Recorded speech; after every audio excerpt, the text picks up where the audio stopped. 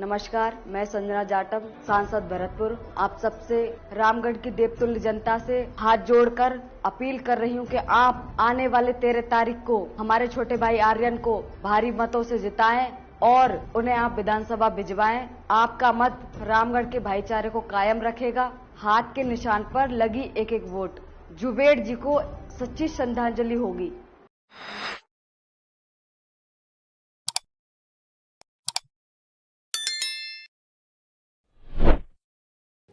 दोस्तों नमस्कार।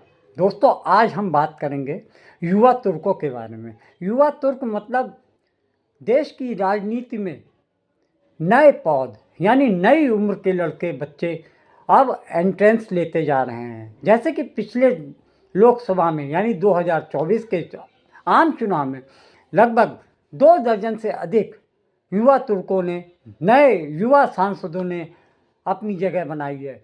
उनमें से आधा दर्जन ऐसे सदस्य हैं जो पहली बार देश की संसद में वो प्रवेश करने जा रहे हैं। यानी वो 25 से 30 साल के बीच के युवा सांसद हैं और उनकी सोच अन्य जितने भी बुजुर्ग सांसद हैं उनसे एडवांस है, आधुनिक है और उनसे उम्मीद की जाती है कि वो आने वाले समय में देश की राजनीति का जो प्रदूषण है उसको दूर करने में वो अहम भूमिका निभाएंगे।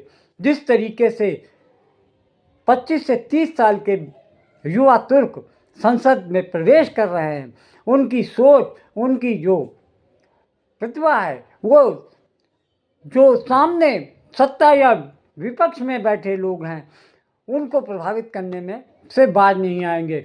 फिलहाल तो पिछले 2019 में भी कुछ युवा तुर्क आए थे, जैसे कि अभिषेक बनर्जी टीएमसी के डायमंड हार्बर से बन के आए थे और दोबारा भी वो चुन के आए हैं। इसी तरीके से आपकी उत्तर प्रदेश की कैराना सीट से पहली बार चुनाव जीत कर आने वाली इकरा हसन, जो कि सबसे कम उम्र की मुस्लिम सांसद हैं, उन्होंने भी अपनी जगह बनाई।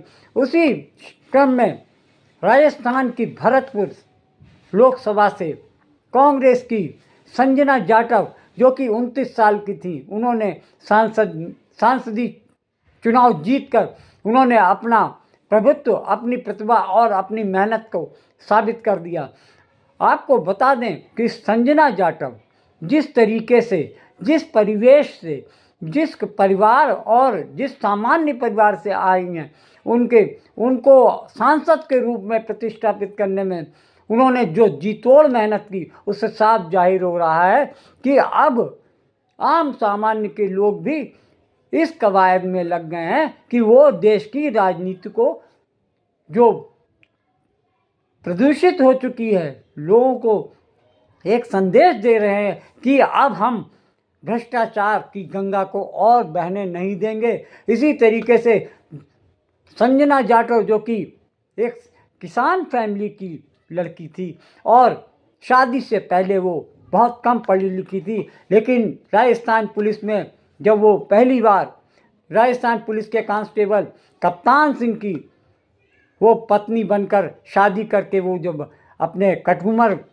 राजस्थान के कठूमर में आई, उसके बाद उन्होंने अपनी पढ़ाई को जारी रखते हुए उन्होंने गुजरमल ब्रज विश्वविद्यालय से ग्रेजुएशन किया। ग्रेजुएशन करने के बाद उन्होंने एलएलबी की तैयारी की, एलएलबी पास किया और वकील बन गई। उनकी इच्छा थी कि वो आगे चलकर देश की प्रशासनिक सेवाओं में हिस्सा लें, लेकिन किस्मत देखिए कि वो प्रशासनिक अफसर बनने के प्रयास में वो राजस्थान विधानसभा के चुनाव में जब पिछले साल 2023 में चुनाव लड़ी तो केवल 400 कुछ वोटों से उनको बीजेपी के खेड़ी राम प्रत्याशी ने हरा दिया। अब आप ये सोच सकते हैं कि पहली बार चुनाव में उतरने के बाद, मामूली अंतर से हार जाने के बाद जो प्रत्याशियों का हाल होता है, लेकिन संजना ने जिस तरीके से हार को अपना उद्देश्य बनाते हुए ये साबित कर दिया कि गिरते हैं शहसवार ही मैदान जंग में, वो तिफल क्या गिरेंगे जो घुटनों चलते हैं। उन्होंने कहा कि अब हम चुनाव तो जीत के रहेंगे, और भरतपुर से कांग्रेस ने उनको टिकट दिया लोकसभा का, और वो 50,000 से अधिक वोटों से बीजेपी के नेता को, बीजेपी के उम्मीदवार को हराकर संसद पहुंची। आपको विश्वास नहीं होगा कि वो एक एक्टिव कार्यकर्ता के रूप में अलवर और वहाँ पर काम करती थी। प्रियंका गांधी की उन पर नज़र पड़ी और उन्होंने उनकी प्रतिभा को देखते हुए उनको आगे बढ़ के काम करने दिया। प्रियंका गांधी का जो मिशन था कि लड़की हूँ मैं लड़ सकती हूँ, उसमें संजना जाटव ने बहुत तन्मयता के साथ, मेहनत के साथ उस अभियान में आगे बढ़ चढ़कर हिस्सा लिया। प्रियंका गांधी ने उनकी मेहनत और लगन को देखते हुए उनको आगे की कमान दी, और इस तरीके से उनको भरतपुर से लोकसभा सीट पर चुनाव लड़ाया गया, और उन्होंने ये साबित कर दिया कि अगर मेहनत और मन में इच्छा हो तो लक्ष्य भेदने में कोई भी कोताही नहीं होगी, और वो लक्ष्य पाकर रहेंगी। आपको संजना जाटव के बारे में अगर कुछ और जानना है तो मुझे लगता है कि आपको इन वीडियो को ज़रूर देखना चाहिए।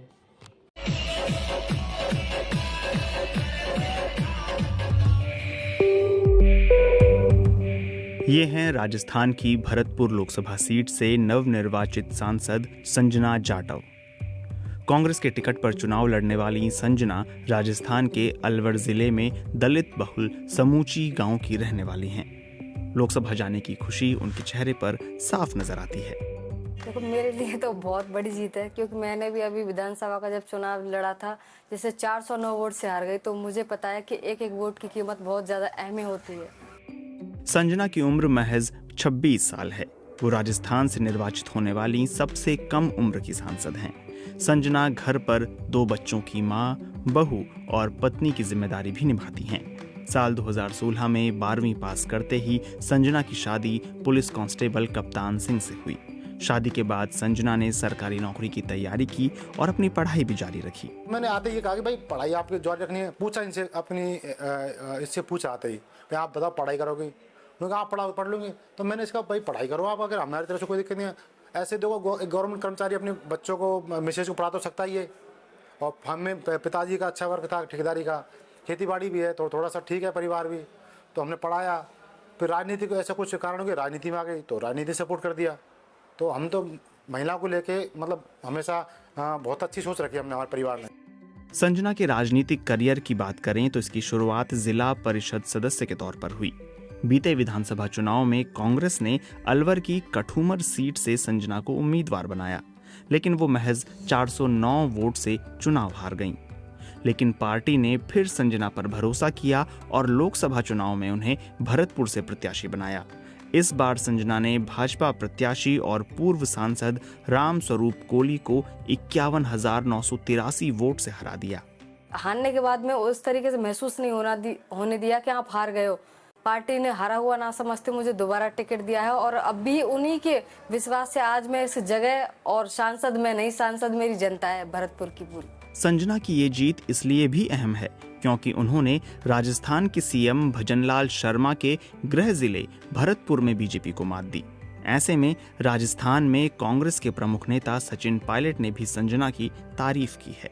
गरीब घर की नौजवान लड़की को, महिला को पार्टी ने टिकट दिया और जनता ने जिताया, और जैसा आपने कहा वो 26 साल की हैं, और ये मुझे लगता है कि 26 साल कुछ खास उम्र है। हाँ, तो मैं भी 26 साल में एमपी बन गया था, और मुझे किसी ने कहा कि भाई ये आपसे शायद उम्र में कम है, तो मैंने कहा जो रिकॉर्ड हैं वो बनते टूटने के लिए। मुझे बड़ी खुशी है कि इस प्रकार के रिकॉर्ड टूटे, और एक दलित परिवार की एक सज्जन महिला को लोगों ने जिताकर संसद में भेजा।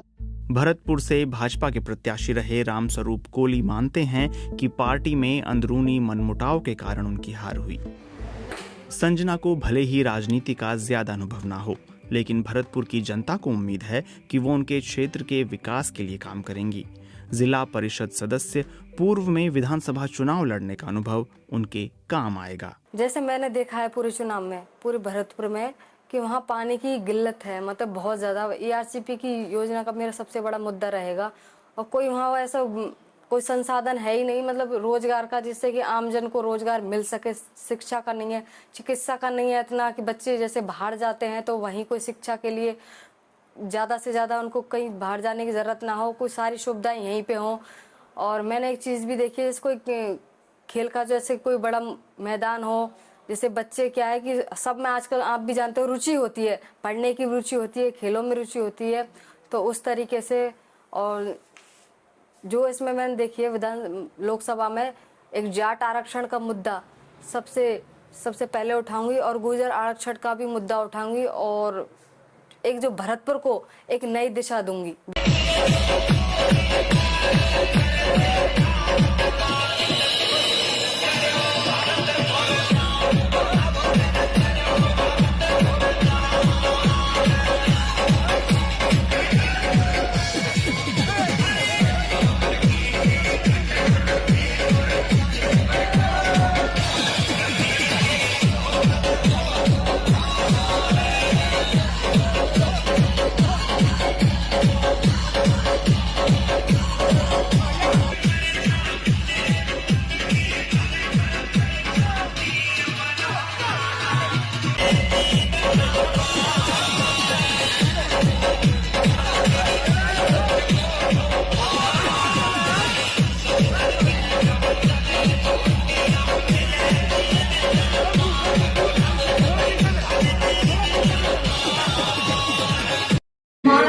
मेरे को पहनाई, मैं कहता हूँ ना, मेरे को पहनाई, मैंने बापेश्वर पर जो राजनीति मुद्दा हो, पहली बात तो ये बात नहीं